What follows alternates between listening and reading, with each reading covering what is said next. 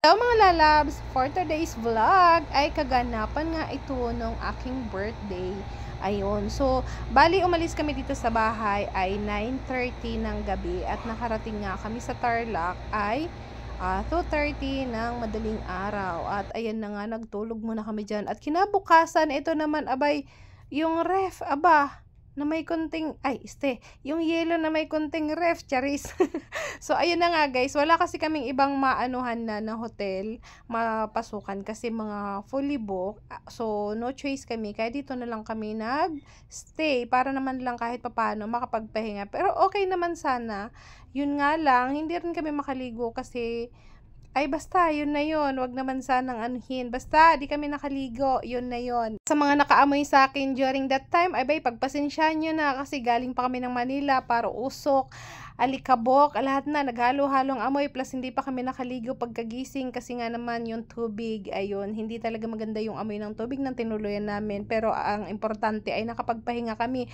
At after nga namin gumising, ito nag-decide na kami na pumunta na nga kami ng Banawag Church, pero syempre bago kami pumunta sa church, nag-almusal muna kami, talaga naman gutom na kami kasi nga mga 9 na yan guys. At ang ganda, dito kami lagi na kain tuwing pupunta kami ng Manawag Church. So, tuwing birthday ko kasi guys, ayan, kailangan sa loob ng buwan na yan ng birthday ko, makapunta kami sa Banawag Church. Syempre guys, hindi naman pwede na nasa malayo kami, hindi ko makita si Kidlat, kaya naman ito yung kuha ng CCTV namin. So, 'di ba? So, yun naman ang kagandahan kasi kahit malayo kami ay nakikita ko pa rin si Kidlat, nakikita namin yung aming baby Kidlat, o 'di ba? And syempre, nakakatuwa din kasi yung staff namin mababait din naman at inaalagaan si Kidlat. At syempre, hindi naman pinapabayaan yung aming munting tindahan kahit wala kami. And si Kidlat, tingnan nyo naman guys, ang lungkot niya sa ilalim ng upuan, diba? Ang lungkot-lungkot niya. So, ayun na nga, inalok ko si Anthony, nasabi ko mag-picture kami pero di niya alam video yan. Charis, post pa siya dyan, diba? And after nga dan guys, fast forward, ito na, nagbabiyahe na kami papuntang Manawag Church. At eto na, andito na kami. Saglit na lang din naman kasi talaga yun guys. Malapit na lang din talaga yung kinainan namin dito sa Manawag Church. So, alam nyo, kung hindi pa kayo nakapunta dito, try nyo na. Nag-utos pa. So, hindi nga, pagka may time kayo, punta kayo dito. Ang ganda ng church na to, iwan ko, parang ang sarap sa feeling. And kung may mga kasama kayo, makakapagpahinga rin naman kayo after ng church, ng mass. Kasi sa likod nito, may mga talaga, pwede kayong pagpahingahan kasi ang lawak-lawak ng church na to. Parang ang hugis ng na to, simbahan ng Manawag Church ay parang hugis cross, ganyan siya. So dito nga, ayan makikita nyo, 'di ba? Sa likod 'yan, guys. So pwede kayong magpahinga dito. For example, hindi nyo dadatnan yung misa. So pwede kayong mag-antay-antay dito. Kasi parang may misa naman siya umaga hapon. So ang last mass ata sa umaga ay 9. So, kung di nyo nadatnan and gusto nyo talaga maka-attend ng mass dito, so pwede nyo antayin sa hapon. Parang alas 4 mayroon sila ulit ng mass. And pwede rin kayo dito guys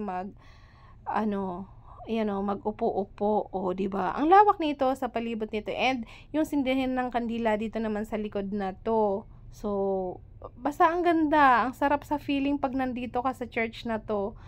Ayan, yung may tinuturo ako dyan kasi sa baba niyan guys, ang ganda talaga ng mga kahoy, tapos may mga upuan din. Ayan sa baba na yan tapos may mga dyan nila Mama Mary. May mga dyan sa baba. Daanan. So, yun na nga yun. So, again, pagpasensyahan nyo na yung aking pag-voice over kasi talaga guys, medyo, iwan ko, pag nag-voice over ako, ang bilis mapagod ng lalamunan ko, kahit ilang minuto pa lang, Diyos mio, marimar. Pero, ang ganda talaga dito, hindi kayo magsisisi pagka pumunta kayo dito, kasi after nyo makapagsimba, pwede kayo dito makapag-picture-picture, magpahinga. So, di ko lang sure kung pwede kayong dumala ng pagkain na makapagkain, dyan sa may likod na yan. Pwede naman siguro, pero syempre, yun na nga, bawal lang magkalat guys, kasi syempre, simbahan yan. And ito na nga yung sinisindihan ng kandila. So, basta ang laki ng church na to. Ang laki-laki talaga niya guys. Ang ganda. So, ilang beses na ako nakakapunta dito, pero gandang-ganda pa rin ako palagi pag napunta dito. And dito nga, pabalik na nga kami. Tingnan nyo naman, sabi ko sa kanya, mag-video-video kami. And sabi niya, ano ba naman yan? Ang ng araw sa mata. Ang hapdi talaga guys nung araw sa mata kasi nga siguro dahil nga kulang yung tulog namin. Bali, hindi ko na nga na-videohan yung nasa loob kami ng simbahan during mass kasi alam niyo naman guys, syempre respeto natin. Habang tayo nagsisimba, kailangan na igalang natin yung time na yon. So, hindi ko na nakuhaan ng video. At ito naman yung view sa labas kung saan kami nagparking ng motor at paalis na nga kami dito. Kasi may pupuntahan lang kami saglit sa Pangasinan. So, yun lang. Samahan nyo ulit kami papuntang Pangasinan. Tara na mga lalab! Bali, may pupuntahan kami dyan sa Pangasinan. Ito naman yung daan nyo guys, papuntang Pangasinan. Ay, ang ganda, di ba? So, saglit lang kami sa Pangasinan guys. And then after, umuwi na rin naman na kami. Sabi namin, uwi na. Balik na kami ng Manila. And naabutan kami ng sobrang lakas na ulan sa may Kalumpit, Bulacan. At huminto muna nga kami dito sa may sa may Meltihan. So habang nakahinto kami dyan, 1 hour kami dyan na nag-antay. Ayun, sinight-sight ko muna si Kidlat sa CCTV at nakita ko nga na nakabuntot siya lagi kay Boom. Kaya naman, natuwa naman ako kasi kahit hindi siya pinapabayaan nila Boom dito sa tindahan kahit wala kami. And mas malapit si si Kidlat kay Boom kaysa kay Erwin. Ayun, sinilip-silip ko muna. And then, nung nakaano na kami guys, ayan, dumaan ulit kami dito sa may Valenzuela. Pinuntahan namin yung sikat na pansitan dito sa Valenzuela. Ito yung Manoy Celso Pansit Bato. So, authentic pansit ba to? And taga Bicol din naman talaga kasi to guys. At syempre, taga Bicol din naman kami. Kaya, kumain muna kami dito dahil nga birthday ko. Aba, hindi magpapahuli. At ito na nga yun guys. Ang sarap-sarap talaga yan guys. Pansit na yan with dinuguan.